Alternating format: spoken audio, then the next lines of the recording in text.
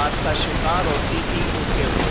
بے بس ہوتی تھی اور یہ کلم کلنا یہ کام کرتی ہے۔ آج آپ کے معاشرے میں مجھے بہت تکلیف ہو رہی ہے لیکن لفظ کہنے پڑتے ہیں، طوائف کہنا۔ لفظ طوائف برا نہیں ہے مگر جس کے لیے کہہ دیا گیا یہ لفظ بھی برا بن گیا، ورنہ طوائف کا